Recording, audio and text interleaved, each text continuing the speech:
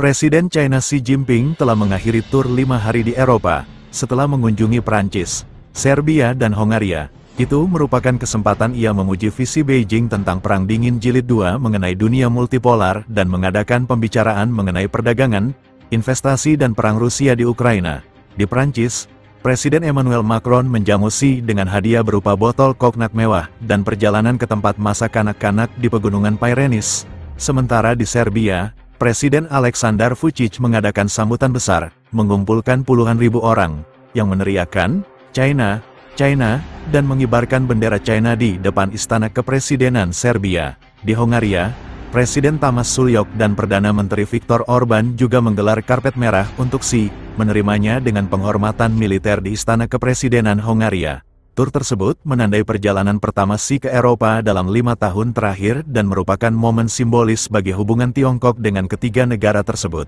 Tahun ini menandai peringatan 60 tahun hubungan diplomatik antara China dan Prancis, dan 75 tahun hubungan diplomatik dengan Hongaria. Kunjungan ini juga bertepatan dengan peringatan 25 tahun pemboman NATO terhadap kedutaan besar China di Beograd selama Perang Serbia di Kosovo. 5 strategi Xi Jinping menggelorakan Perang Dingin Jilid 2.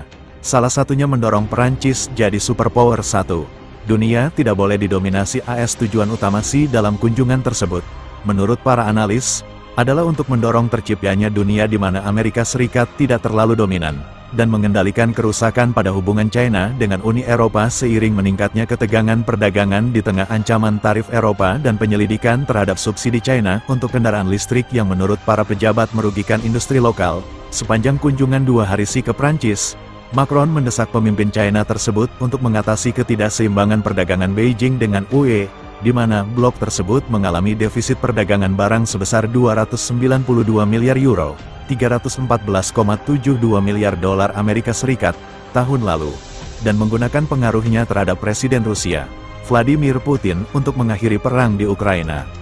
Macron mengundang Presiden Komisi Eropa Ursula von der Leyen untuk bergabung dalam pembicaraannya dengan Xi, untuk menggarisbawahi persatuan Eropa mengenai seruan untuk akses yang lebih besar ke pasar China dan untuk mengatasi keluhan blok tersebut mengenai kelebihan kapasitas kendaraan listrik dan teknologi ramah lingkungan.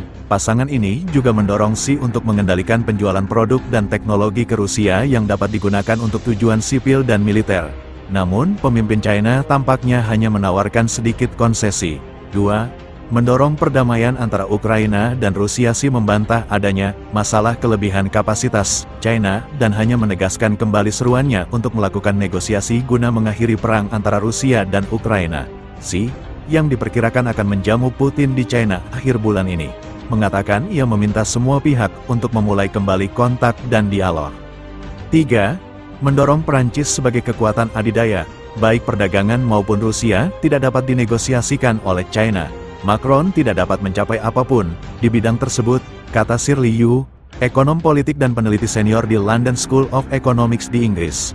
Namun dia berpendapat bahwa kunjungan tersebut akan memperkuat hubungan pribadi Macron dengan Xi, yang merupakan bagian dari strategi pemimpin Prancis untuk menjadikan Prancis sebagai mitra penting bagi semua negara berkembang. 4. Memperluas pengaruh China di Eropa. Berbeda dengan kunjungan Xi ke Prancis, kunjungannya ke negara kandidat UE, Serbia, dan negara anggota UE, Hongaria, ditandai dengan janji untuk memperdalam hubungan politik dan memperluas investasi di Eropa Timur dan Tengah.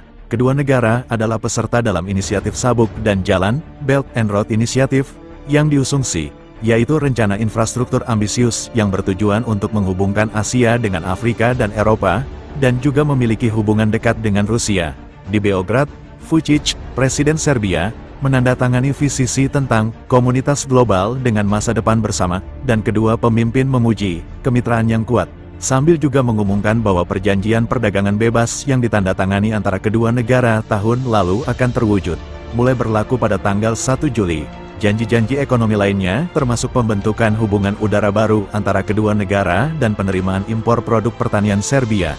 Yu, ekonom politik di LSE, mengatakan kunjungan Xi ke Beograd pada peringatan 25 tahun pemboman NATO terhadap kedutaan besar China di kota tersebut, dimaksudkan untuk memperjelas bahwa China dan Rusia memiliki keberatan yang sama terhadap ekspansi NATO di wilayah timur. Hal ini juga mengungkapkan bahwa tidak boleh ada ilusi bahwa China akan tunduk pada tekanan Barat untuk membatasi kemitraan ekonomi dengan Rusia. Katanya, di Budapest, Xi menjanjikan lebih banyak investasi di bidang transportasi dan energi, termasuk pembangunan kereta api berkecepatan tinggi yang menghubungkan pusat ibu kota ke bandara dan kerjasama di sektor nuklir, menurut para pejabat Hongaria. Xi juga berjanji untuk melanjutkan proyek senilai 2,1 miliar dolar untuk menghubungkan ibu kota Hongaria dengan ibu kota Serbia. Rencana tersebut, yang sebagian besar dibiayai oleh pinjaman dari Tiongkok, merupakan bagian dari inisiatif Satu Sabuk Satu Jalan. 5. Memperkuat Perang Dingin Jilid 2. Semua ini menunjukkan keinginan Xi untuk memperkenalkan kembali Perang Dingin Jilid 3 sebagai pemain geostrategis yang signifikan, kata Yu. Dengan dukungan ekonomi China, negara-negara pinggiran UE dapat menjadi pemain ekonomi Eropa yang lebih signifikan, memiliki kecepatan pertumbuhan yang lebih tinggi dan menyediakan rantai pasokan berteknologi tinggi. Katanya, bagi China, Hongaria berfungsi sebagai pintu gerbang ke blok perdagangan UE dan Yu menambahkan bahwa semakin besarnya kemitraan Beijing dengan Hongaria juga berpotensi menganggap sanksi UE terhadap kendaraan listrik China tidak efektif.